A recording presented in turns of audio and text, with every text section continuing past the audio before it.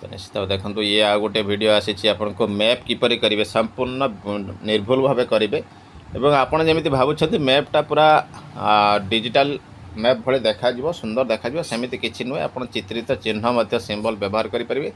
यही भिडियो आम 20 मिनिट्र भिडियो आपण को पूरा डिटेल्स कहूँ जो थे आपण निश्चित भाव देखिए चुटकी जो आम थंबनेल देचु चुटकी करें आपणकर मैपिंग। तो आउ गोटे कथा रही ब्लॉक बॉर्डर और डिस्ट्रिक्ट बॉर्डर पाखे किपर सिंबल यूज करेंगे एवं पोखरी थिले किपर यूज करेंगे घर थिले किपर यूज करेंगे पक्का घर कच्चा घर पक्का घर रोहुथिबा घर रे किपर चित्रित करेंगे सब डिटेल्स आम ए कहूँ एवं ट्यूबवेल थिले नलकूप थिले किपर चित्रित करेंगे एवं मंदिर थिले किपर चित्रित करेंगे संपूर्ण डिटेल्स ये वीडियो देखिपारे धैर्यर सह 20 मिनिट देखूँ आउे कमेंट करूँ कौन असुविधा रोचे आम आपण साथी सदा सर्वदा जनगणना सरिया पर्यंत। नमस्कार जय जगन्नाथ। आज टॉपिक रे आमे जानिबा जोरे कि इन्वर्टर मापे गोटे गुरु दायित्व रही जो जो एरिया बा जो एचएलबी आपन को मिलिबो से एचएलबी रो आपन कोन करिवे गोटे स्केच मैप तयारी करिवे एवं से स्केच मैप तयारी करि सारला परे आपन को संस्कृत 3 दिन रहइबो जो 16 17 18 3 दिन जो कार्यक्रम रही तो आपन सेथिरे फर्स्ट आपन एरिया बोलिबे तापर गोटे फाइनल गोटे मैप तयारी करिवे से जो मैप टी आपन केमिति तयारी करबे तार गोटे संपूर्ण आमे आज टॉपिक रे रखिछु जे डेमो गोटे निर्दिष्ट अंचल को निया जाइछि एवं निर्दिष्ट अंचल रो आमे केमिति निजे को केमिति स्टार्ट करियो गोटे मैप टी को एवं कोउट्री एंड करबे तार टोटली आमे पॉइंट वाइज डिस्कशन करबा। तेणु आज टॉपिक रही जे स्केच मैप केमिति तयारी करिवे। तो आपण माने वीडियो गुड़िक मुझे टीचर्स देखुं जदि एजाए सब्सक्राइब करना तो सब्सक्राइब करदे बोली मोर आशा। तेणु जदि सब्सक्राइब कर बहुत सारा धन्यवाद आपण को मतामत जनइबे। एबे प्रथम पर्याय रही जे स्केच मैप तयारी करिया पे आपण को बाय हैंड तो करबा को पड़िबो तो एथिरे स्केल कंपास कोन अंश आवश्यक नै। तो स्केच मैप डेमो को जीवा पूर्व आमे केतोटी निर्दिष्ट केवल से मैप पई जहा जहा दरकार सेही सब जिंस गुड़िक आमे जानिबा। आपण को गोटे एचएलबी करबा पई जो एचएलबी दे देछि से एचएलबी पई आपण को केतोटी जिंस लक्ष्य करिया को पड़िबो। प्रथम तो लक्ष्य रछि आपण प्रथम प्रस्तुति हेबे तापर कार्यकारी करिवे नेक्स्ट होछि जांच करिवे सुपरवाइजर देबे से ताकर वेरीफाई करिवे किंतु आपण को दिया जो एचएलबी सीमा को संपूर्ण रूपे बुझिबा तापर सेतिरे केते गुडा रेसिडेंटल अछि नॉन रेसिडेंटल अछि सेगुडा को मध्ये जानिबा एवं खाली स्थान गुडी को नक्शा रे मध्ये अंतर्भुक्त करिबा।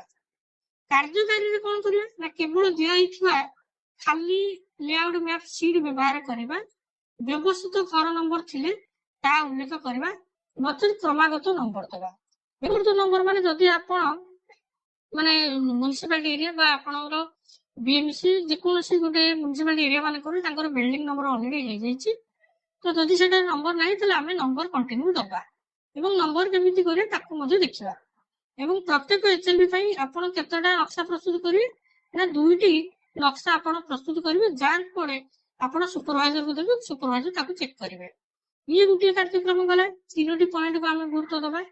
नेक्स्ट हमको गोटे पेज मिलेबो जेमिति कि गोटे हल्का गोटे साइड रे किछि सिंबल थिबो एवं सिंबल थाई आमे से पेज रे कोन करबा ना किछि ड्रा करबा जेमिति कि ई जो पेज देखुछन ई पेज विषय आमे देखिबा गोटे गोटे पॉइंट को बुझिबा किंतु ता पूर्व ई पेज को आसिया पूर्व आमे आउ केतोटी तथ्य को टिके तनखि देखिदबा।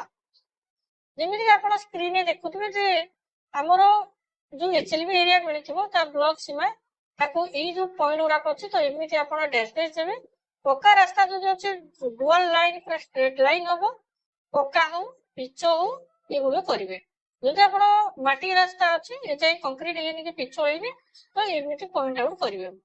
जेहेतु पाद चला रास्ता जेहेतु थिबो जंगल मानकर एरिया रे बा गोटे छोट रास्ता अछि 4-5टी घर अछि पाद चला रास्ता तो ताले से जगह आपण पाद चला रास्ता पुनी का को कहिबा जोटा कि गोटे गाड़ी जीवा संभव नथिबो ताले से जगह को हमें पाद चला रास्ता बोली कहि परिबा। तेन ये पॉइंट को लाइन करिवे ନେକ୍ସଟ ଥିଲା ରେଲୱେ ଲାଇନ। ତ ରେଲୱେ ଲାଇନ ତ ପଏଣ୍ଟ କୁ ଆପଣ ବୁଝି ଯାଇଥିବେ। ନେକ୍ସଟ ଏଇ ଯୋଉ ଆମେ କେତୋଟି ଜିନିଷକୁ ଆପଣ ସ୍କ୍ରିନରେ ଦେଖିପାରୁଥିବେ ଯେ ଆମର କଣ ରହିଛି ନା କେତୋଟି ମାନେ ଲିଜେଣ୍ଡ ରହିଛି। ନଦୀ ବା ରିଭରକୁ ଯେତେବେଳେ ଆମେ ଇଣ୍ଡିକେଟ କରିବା ତ ସେତେବେଳେ କଣ ଦବା, ପଏଣ୍ଟକୁ କଣ ଦବା, ଆଉ ମନ୍ଦିର ମାନଙ୍କୁ କଣ ଦବା ସେ ବିଷୟରେ ମଧ୍ୟ ଟିକେ ଦେଖିଦବା। ତ ଏଠି କଣ ରହିଛି, ଯେତେବେଳେ ଆମର ଟ୍ୟାପ ରହିଛି, କୂଅ ବା ଟ୍ୟାପ ନଳକୂଅ, ତ ଏଗୁଡାକ କୂଅ ପାଇଁ ଏଇ ଯୋଉ ରାଉଣ୍ଡ ଆଉ ଯୋଉ ହ୍ୟାଣ୍ଡ ଟ୍ୟାପ ମାନେ ହ୍ୟାଣ୍ଡ ଟ୍ୟାପ ଯୋଉ ଅଛି କୂଅ, ଠିକ ଅଛି। ଆମେ ଏଗୁଡା କାହିଁ ଏତେ ଇଣ୍ଡିକେଟ କରୁଛେ ଯେ କୂଅ ନଳକୂଅ କି ମନ୍ଦିର ଏଗୁଡା କାହିଁ ଇଣ୍ଡିକେଟ କରୁଛେ। ଏଇଟା ଗୋଟେ କଥା ମନେ ରଖନ୍ତୁ, ଯେତେବେଳେ ଆମେ ମ୍ୟାପ ତିଆରି କରିବା ପାଇଁ ଯିବା ପ୍ରଥମେ ଆମ ପାଇଁ ମୁଖ୍ୟ କାମ ରହିଛି ଆମକୁ ଲ୍ୟାଣ୍ଡମାର୍କ ଦରକାର। ଲ୍ୟାଣ୍ଡମାର୍କ କାହା କହିଲେ, ଯୋଉଟା ଅସ୍ଥାୟୀ ନୁହେଁ ଯେ ସ୍ଥାୟୀ। ମାନେ ଆମେ ଗୋଟେ ମାସ ଭିତରେ ଯୋଉ ସର୍ଭେ କରିବା ସେ ହୁଏତ ଭାଙ୍ଗିବ ନାହିଁ, ମନ୍ଦିର କେବେ ତ ଯିବ ନାହିଁ, ଯଦି ଟ୍ୟୁବୱେଲ ଅଛି ବା କୂଅ ଅଛି ତ ଏତେ ଶୀଘ୍ର ସେଗୁଡାକ ନଷ୍ଟ ହବ ନାହିଁ। ପୋଷ୍ଟ ଅଫିସ ହଉ, ସ୍କୁଲ ହଉ, ଡାକ୍ତରଖାନା ହଉ, ପଞ୍ଚାୟତ ଘର ହଉ, ଏଗୁଡାକ ମଧ୍ୟ ଆମକୁ ବହୁତ ସାରା ଇମ୍ପୋର୍ଟାଣ୍ଟ ରହିଛି। ତେଣୁ ଏଇଗୁଡାକ ଆମେ ଲ୍ୟାଣ୍ଡମାର୍କ ବୋଲି ୟୁଜ କରିବା ଏବଂ ଏଇ ସିମ୍ବଲ ଗୁଡାକ ଆମକୁ ବହୁତ ଇମ୍ପୋର୍ଟାଣ୍ଟ। ଯଦି ଆପଣ ଲ୍ୟାଣ୍ଡମାର୍କ ଦଉନାହାନ୍ତି ତାହେଲେ ଆପଣ ପ୍ରୋବ୍ଲେମରେ ଫସିବେ। ନେକ୍ସଟ ଯିବା, ଆଉ ଗୋଟେ ପଏଣ୍ଟ ମଧ୍ୟ ଇଜିଲି ଆପଣ ଜାଣିଥିବେ। ଏଇ ପଏଣ୍ଟର ଏଠି କିଛି ନ କହିଲେ ମଧ୍ୟ ଆପଣମାନେ ବୁଝିଯାଇଥିବେ, କାରଣ ବହୁତ ସାରା ପୂର୍ବରୁ ଟପିକ କରିସାରିଛି। ଯଦି ପକ୍କା ଘର ରହିଛି, ଛାତ ଘର ଅଛି, ପକ୍କା ଘର ବା ବିଲ୍ଡିଂ ଘର ଯେହେତୁ ଜାଣିପାରୁଛନ୍ତି, ବିଲ୍ଡିଂ ଘର କହିଲେ ଯୋଉଟାର ଛାଉଣି ଥିବ ତାକୁ ବିଲ୍ଡିଂ ଘର କହିବା। ସେ ମାଟି ହେଇପାରେ ବା ପକ୍କା ଘର ହେଇପାରେ। ତେଣୁ ପକ୍କା ଘର ଯଦି ହେଇଥିବ ତାହେଲେ ଆମେ ତାକୁ ଏମିତି ସ୍କ୍ୱାର ଚିହ୍ନ ଦବା। ଯଦି ଆମର ବିଲ୍ଡିଂ ଘର 9 ନମ୍ବର ଅଛି ତ ବିଲ୍ଡିଂ 9 ଏବଂ ଏଠି ସେନ୍ସସ୍ ଆଉଟ୍ କେତେଟା ନା 2। ତ ଏ ବିଷୟରେ ଅଲରେଡି ପରେ ଆପଣଙ୍କୁ ମାନେ ପୂର୍ବରୁ ଭିଡିଓ ଗୁଡା କରିସାରିଛି। ଯଦି କିଛି ଡାଉଟ୍ ଥିବ ସେଗୁଡାକ ଆପଣ କହିବେ। ନମ୍ବରିଂ ଭିଡିଓ ଗୁଡା ଅଲରେଡି ପୂର୍ବ ଭିଡିଓରେ ଅଛି, ଡେସ୍କ୍ରିପସନ ଟିକେ ଦେଖିଦିଅନ୍ତୁ ତ ଆପଣ ନମ୍ବର କେମିତି କରିବେ ସେ ବିଷୟରେ ମଧ୍ୟ ଜାଣିଯିବେ। ପୁରା ଆପଣଙ୍କୁ ବହୁତ ସାରା କ୍ୱେଶ୍ଚନ ଡିସ୍କସନ କରାଯାଇଛି ଏବଂ ପ୍ଲେଲିଷ୍ଟରେ ମଧ୍ୟ ରହିଛି। ଦେଖନ୍ତୁ ଏଇଟା ରେସିଡେଣ୍ଟାଲ ହାଉସ ହେଲା, ମନେ କରନ୍ତୁ ଯୋଉଠି ଯିବେ ନନ୍ ରେସିଡେଣ୍ଟାଲ ହାଉସ ତାହେଲେ ଆପଣ ସ୍କ୍ୱାର ରହିବେ, ଏମିତି ଭର୍ଟିକାଲ ଲାଇନ ରହିବ। ଏବଂ ଇଏ ଯଦି 9 ନମ୍ବର ହେଇସାରିଲା ଇଏ ତାହେଲେ 10 ନମ୍ବର ହବ। ଯଦି ନନ୍ ରେସିଡେଣ୍ଟାଲ ଅଛି ତାହେଲେ ଏଠି ସେଲ୍ସିୟସ୍ ହାଉସ ଭିତରେ ଆମେ ଜାଣିପାରିବାନି।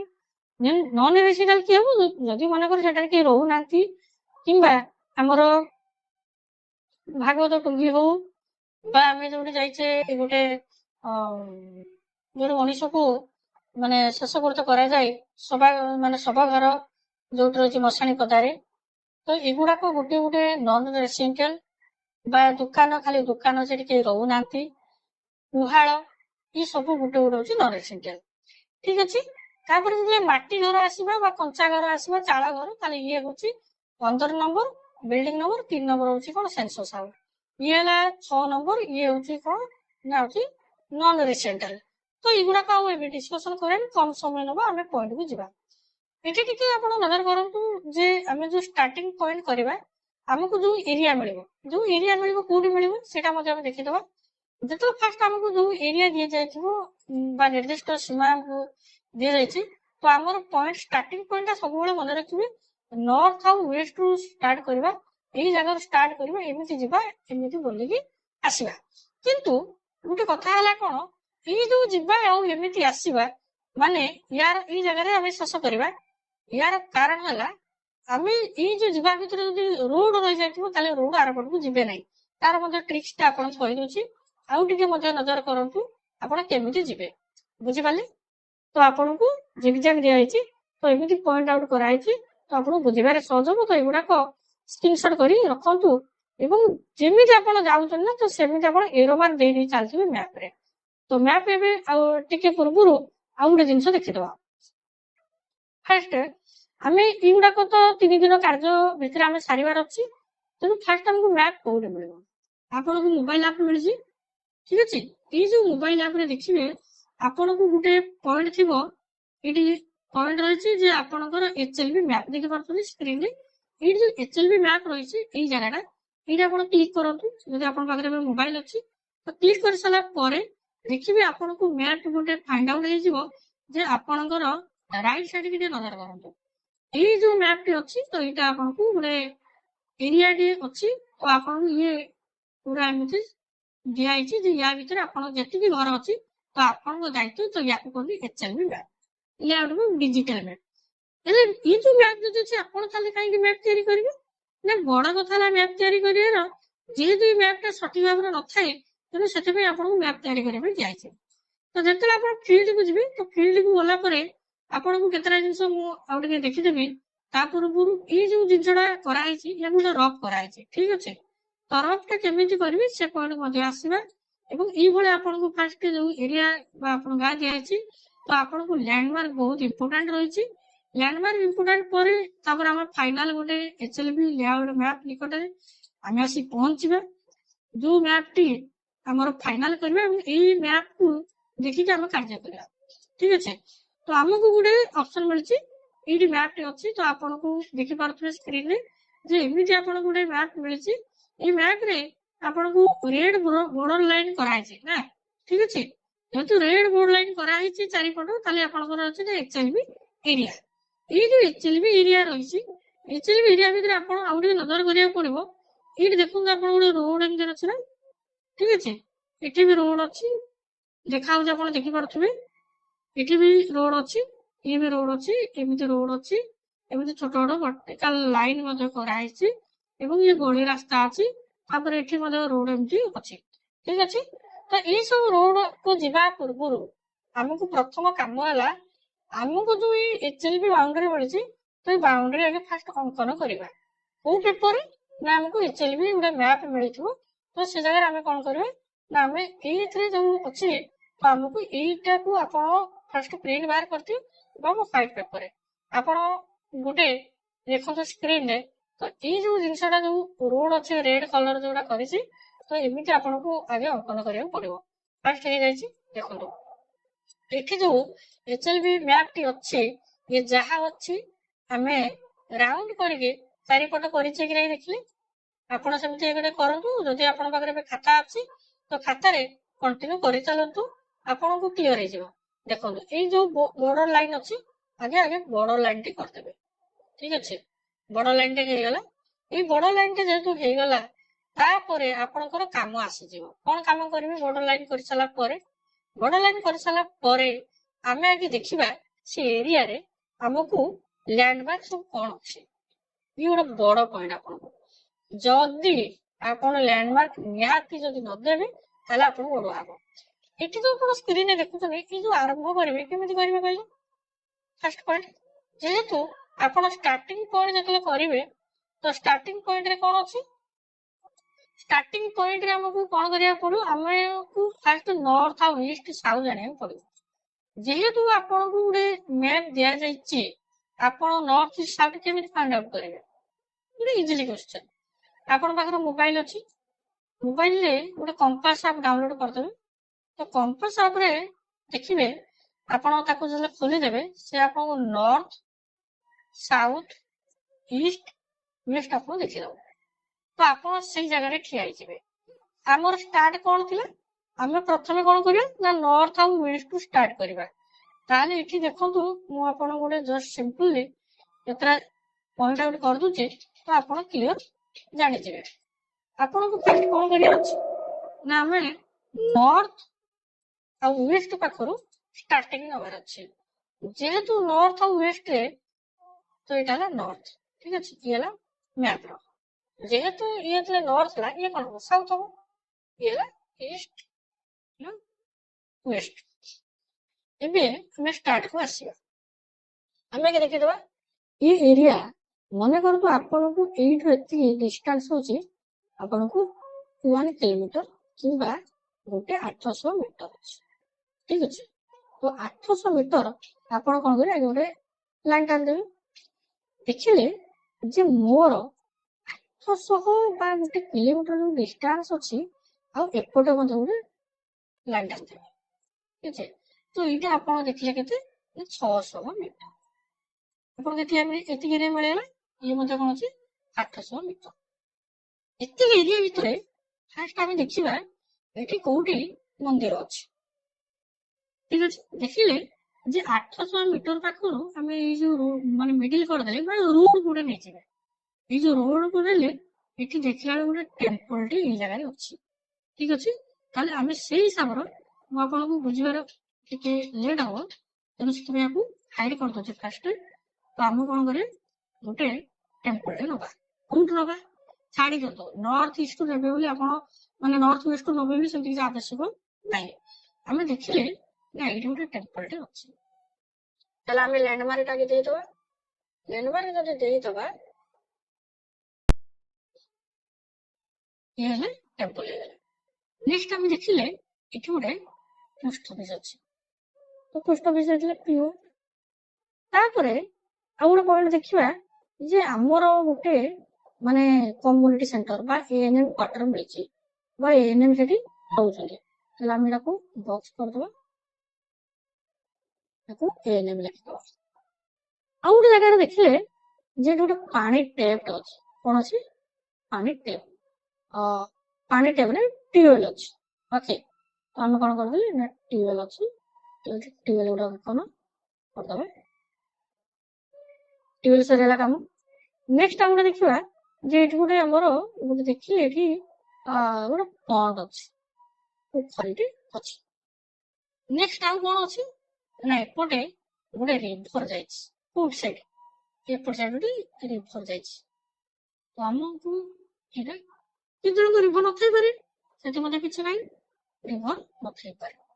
ବେଳେବେଳେ ଦେଖିବେ ବସୁଧା ପାଣି ଟାଙ୍କି ମଧ୍ୟ ଗୋଟେ ଏରିଆରେ ଥିବ, ଠିକ ଅଛି, ବସୁଧା ପାଣି ଟାଙ୍କି ଏମିତି ମଧ୍ୟ ଥିବ।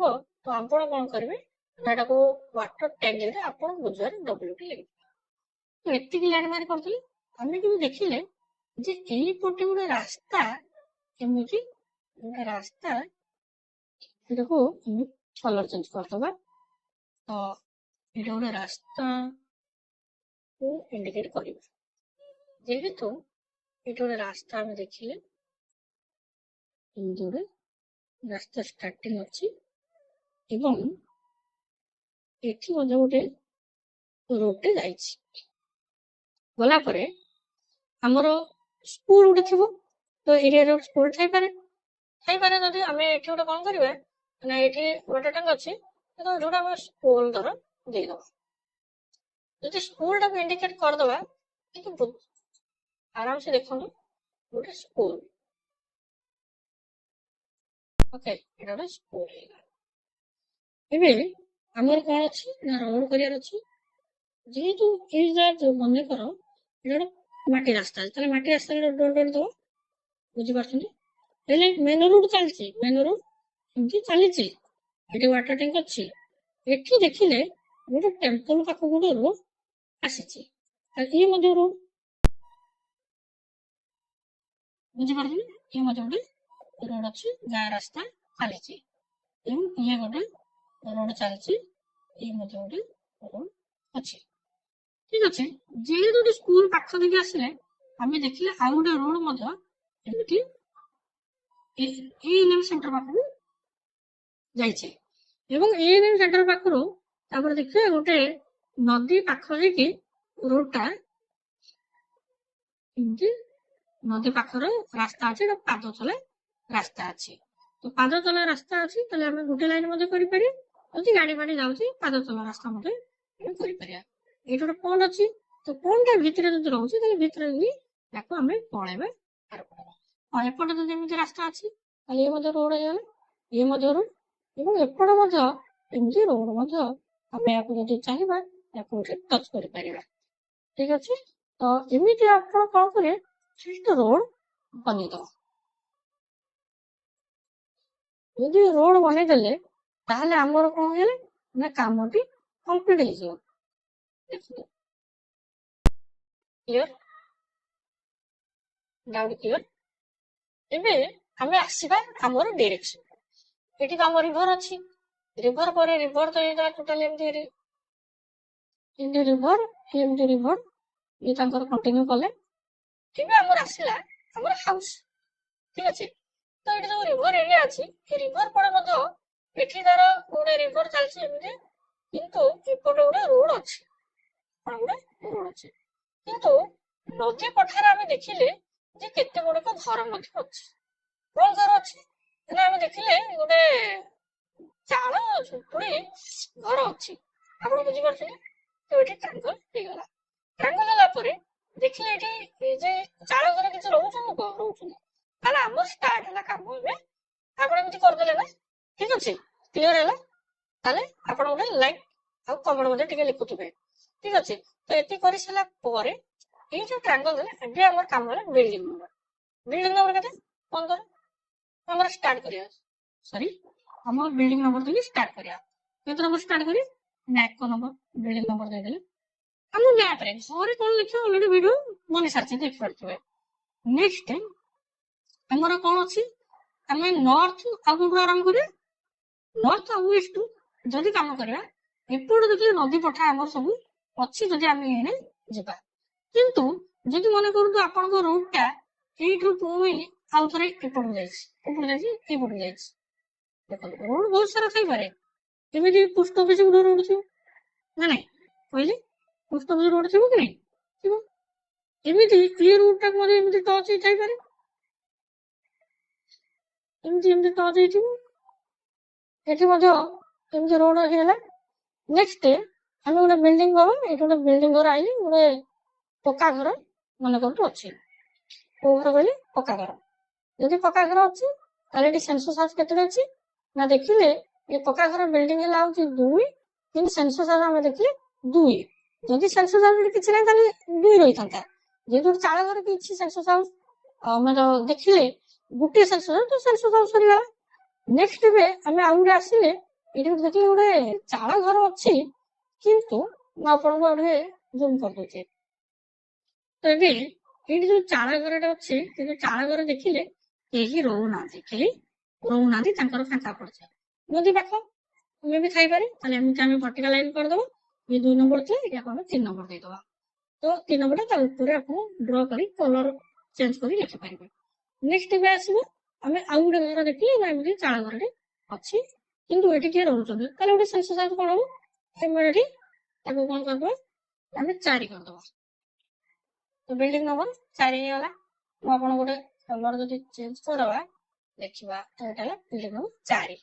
ତ ଏଇ ଯୋଉ ସରିଗଲା ଏପଟର, ତ ଆପଣ କଣ କରିବ କଥା ଥିଲେ ଯେ ଆପଣ ଏଇ ପଟରୁ ଏମିତି ନର୍ଥ ଇଷ୍ଟରୁ ଆରମ୍ଭ କରି ଆଉ ଥରେ ଦେଖନ୍ତୁ, ଏମିତି ଦେଖନ୍ତୁ ଭଲ ଭାବେ ବୁଝନ୍ତୁ ଯେ ଆପଣ ଷ୍ଟାର୍ଟିଂ ପଏଣ୍ଟ କଣ କରିବେ, ନର୍ଥ ଇଷ୍ଟରୁ ଆରମ୍ଭ କରିବେ ଏବଂ ଏ ନର୍ଥ ଇଷ୍ଟରୁ ଆରମ୍ଭ କରିସାରିଲା ମାନେ ସରି ନର୍ଥ ୱେଷ୍ଟରୁ ଆରମ୍ଭ କରିବେ, କୋଉଠିକି ଯିବେ ନର୍ଥ ଇଷ୍ଟକୁ ଯିବେ, ଏମିତି ହେଇକି ଏମିତି ଯିବେ, ପୁଣି ଏପଟକୁ ବୁଲିକି ଆସିବେ, ପୁରା ମାନେ ଲାଷ୍ଟ ମୁଣ୍ଡ ଯାଇ ଯିବେ, ପୁଣି ଆସିବେ। କିନ୍ତୁ ଏଠି ଗୋଟେ ଆପଣଙ୍କୁ ମନେ ରଖିବାକୁ ପଡିବ, ଯେହେତୁ ଆପଣ ଯାଉଥିଲେ ସେ ରାସ୍ତାରେ, କିନ୍ତୁ ଆପଣଙ୍କୁ କଣ ପଡିଲା ନା ଗୋଟେ ରୋଡ ପଡିଲା, କଣ ପଡିଲେ ରୋଡଟା ପଡିଲା, ଆଉ ରୋଡ ଡେଙ୍ଗି ଯିବେ କି, ଯିବେ ନାହିଁ। ଯଦି ଆପଣଙ୍କର ଏଠି କିଛି ଘର ଅଛି ଦେଖିଲେ କିଛି ନାହିଁ, ଏଠି ଯଦି ନଦୀଟା ଯେହେତୁ ଏପଟ ନଦୀ ଯାଇଛି, ତ ଏପଟ ରୋଡ ଅଛି ଆଉ ଏପଟ ନଦୀକୁ ଡେଇଁ ପାରିବେନି, ତାହେଲେ ଆପଣ କାମ କରିବେ କଣ ନା ଯଦି ସିଧା ଯାଉଛନ୍ତି ପଳେଇବେ, ଯଦି ନ ଯାଉଛନ୍ତି ପୁଣି ଏପଟ ଯଦି ସାଇଡରେ ଆଉ କିଛି ବେକ୍ ସାଇଡରେ ଯେମିତି ଆପଣ ଦେଖନ୍ତୁ, ଯଦି ବେକ୍ ସାଇଡରେ କିଛି ଘର ଏମିତି ରହିଛି ତାହେଲେ ଆପଣ କଣ କରିବେ ଏମିତି ଆସିବେ। କିନ୍ତୁ ଆଉ ଗୋଟେ କଥା ଆପଣ ମନେ ରଖିବେ, ନିହାତି ବହୁତ ବଡ ମାନେ ଇମ୍ପୋର୍ଟାଣ୍ଟ କଥାଟେ, ଯେ ଆପଣ ଯେମିତି ଯାଉଛନ୍ତି ନା ତ ସେମିତି ଏରୋ ମାର୍କ ଦେଇ ଚାଲିଥିବେ। କଣ କରିବେ ଏରୋ ମାର୍କ, ଯଦି ଏରୋ ମାର୍କ ନଦେଲେ ତାହେଲେ ଆପଣ ପୁଣି ଯଦି ମନେକର ରିଟର୍ନ କଲେ ତାହେଲେ ଏମିତି ରିଟର୍ନ କରିବେ, ମ୍ୟାପ୍ ଧରିବେ ସେଇ ହିସାବରେ ରିଟର୍ନ କରିବେ। ରିଟର୍ନ କଲେ ପୁଣି ଏମିତି ରିଟର୍ନ କଲେ, ପୁଣି ଏଠିକି ରିଟର୍ନ କଲେ, ରିଟର୍ନ କଲା ପରେ ଆପଣ ଏଠିକି ବର୍ତ୍ତମାନ ଆସିଲେ, ଏଠି ଘର ପୁଣି କଣ ଦେଖିଲେ ନା ଏଠି ପକ୍କା ଘର ଅଛି। ତ ଏମିତିକାରେ ଆମେ ବିଭିନ୍ନ ଘର ଅଙ୍କନ କରିପାରିବା, କରିପାରି ସାରିଲା ପରେ ଆମେ ଟ୍ରାଙ୍ଗଲ ଚିହ୍ନ ଦେଇଦେବା, ଯିଏ ଯେମିତି ଆବାସିକା ବା ରେସିଡେନ୍ସ ଅଛି ତ ସେମିତି ହିସାବରେ ଆମେ ସବୁ ଘର କରି ଆମେ ତାକୁ ନମ୍ବର ଦେଇଦବା। କିନ୍ତୁ ସ୍କୋୟାର ଦେଲା ମାନେ ଟିକେ ଗୋଟେ ବଡ ଘର ଥିଲେ ବଡ ଘର ଟିକେ କରିଦେବେ, ଗୋଟେ ସାନ ଥିଲେ ଗୋଟେ ସାନ ଘର କରିଦେବେ, ତ ଏମିତି ମଧ୍ୟ ଥାଇପାରେ। ତାପରେ ଏପଟୁ ଯେତେବେଳେ ଆସିଲେ ଆମେ ଦେଖିଲେ ନା ଏଠି ଗୋଟେ ଘାସ ଗାଲିଚା ମଝିରେ ଗୋଟେ ପଡିଆ ଅଛି, ଗୋଟେ ଖେଳ ପଡିଆ ଅଛି, ତାହେଲେ ପଡିଆ ଗୋଟେ ଇଣ୍ଡିକେଟ କରିଦେବେ, ଏଟା ପଡିଆ ଏମିତି ସେଟା। ତ ଏଇ ପଡିଆ ପୁଣି ଏଠି ଆପଣଙ୍କର ବିଲ୍ଡିଂ ନମ୍ବର, ହଁ ଏଇ ଯୋଉ ସାରିଦେଲେ ତ ଆପଣ ଏଇଟା କମ୍ପ୍ଲିଟ କରିଦେଲେ। ଏଇ ଯୋଉ ରାସ୍ତା ଆପଣ ସରିଗଲା, ତାମାନେ ଏଠି ଆଉ ଦେଖୁନ ଏଇ ଯୋଉ ବ୍ରିଜ ମାନେ ନଦୀଟା ଚାଲିଛି, ଏଇ ନଦୀଟା ଟୋଟାଲି ଏଟା ନଦୀ ଚାଲିଛି ନା, ତ ଆପଣଙ୍କୁ କହିଦେଲେ ତେଣୁ ଆମେ ଏପଟକୁ ଯାଇକି ନେଇଯିବା, ଫାଙ୍କା ଅଛି। ବର୍ତ୍ତମାନ ଏଇଗୁଡାକ ଆପଣ କଣ କରିବେ, ଏଇଗୁଡାକ କାମ ଆପଣ ଏଠି ସବୁ ନମ୍ବରିଂ କରିବେ, ନମ୍ବରିଂ ଯେମିତି କରୁଥିବେ ସେମିତି ଏରୋ ମାର୍କ ଦେଇ ଚାଲିଥିବେ। ବୁଝିପାରିଲେ କଥା? ଆଶା କରୁଛି ଆପଣ ମାନେ ନିହାତି କ୍ଲିୟର ହେଇଯାଇଥିବେ। ପୁଣି ଯିବେ ଆପଣ ସୁବିଧା ଅନୁସାରେ, ପୁଣି ଆପଣ କଣ କରିବେ ନା ଏଇ ଜାଗାକୁ ଯିବେ, ପୁଣି ଏଠି ସରିଗଲା, ପୁଣି ଏଇଠି ଯୋଉ ରାସ୍ତା ଅଛି ଏଠି ଯିବେ, ଏଠି ସବୁ କାମ ସାରିବେ, ଏପଟ ସାରିବେ, ଏପଟ ସାରି ପୁଣି ଏଇଗୁଡା କାମ କରି ପୁଣି ଏମିତି ରିଟର୍ନ ହେବେ। ରିଟର୍ନ ହେଇକି ଏଇଠି ଜାଗାକୁ ଆସିବେ, ଏଇଠୁ ରିଟର୍ନ ହେଇକି ଟେମ୍ପଲ ଡାଟା ଦେଇଦେଇ ପୁଣି ଥରେ ଆପଣ ଏଇ ଘରର ଏସବୁ କାମ ସାରିବେ। ଏତେ କରିସାରିଲେ ଆପଣଙ୍କର ଏଇ ଯେ କମ୍ପ୍ଲିଟ ଗୋଟେ ମ୍ୟାପ୍ ତିଆରି ହେଇଗଲା। ଯଦି ଏତିକି ଆପଣ କରିଦେଲେ ଆପଣ କୌଣସି ଘର ବି ମିସ୍ କରିବେ ନାହିଁ। ଏ ପୁରା ଆପଣଙ୍କ ପାଇଁ ଡେମୋ ଥିଲା। ଆଶା କରୁଛି ଆପଣଙ୍କୁ ବହୁତ ସାରା ହେଲ୍ପଫୁଲ କରିବ ବୋଲି ମୋର ଆଶା ଅଛି। ତେଣୁ ଯେମିତି ଆପଣ ପ୍ରୋସେସ କରିଛ ସେମିତି ପ୍ରୋସେସ କରିଦେବେ। ତାପରେ ଲାଷ୍ଟ ଆପଣ କଣ କରିବେ ନା ଏମିତି ସବୁ ଘର ଗୁଡିକ ଆପଣ ଇଣ୍ଡିକେଟ କରିଦେଲେ ତ ଆପଣଙ୍କୁ ପୁରା କ୍ଲିୟରଲି ଜଣା ପଡିବ କୋଉ ଜାଗାରେ କଣ ରହିଲା। ତ ଆଜିର ଟପିକ ଏଠି ପୁଣି ଥରେ ନୂଆ ଟପିକ ନେଇ ଆସିବେ। Thank you.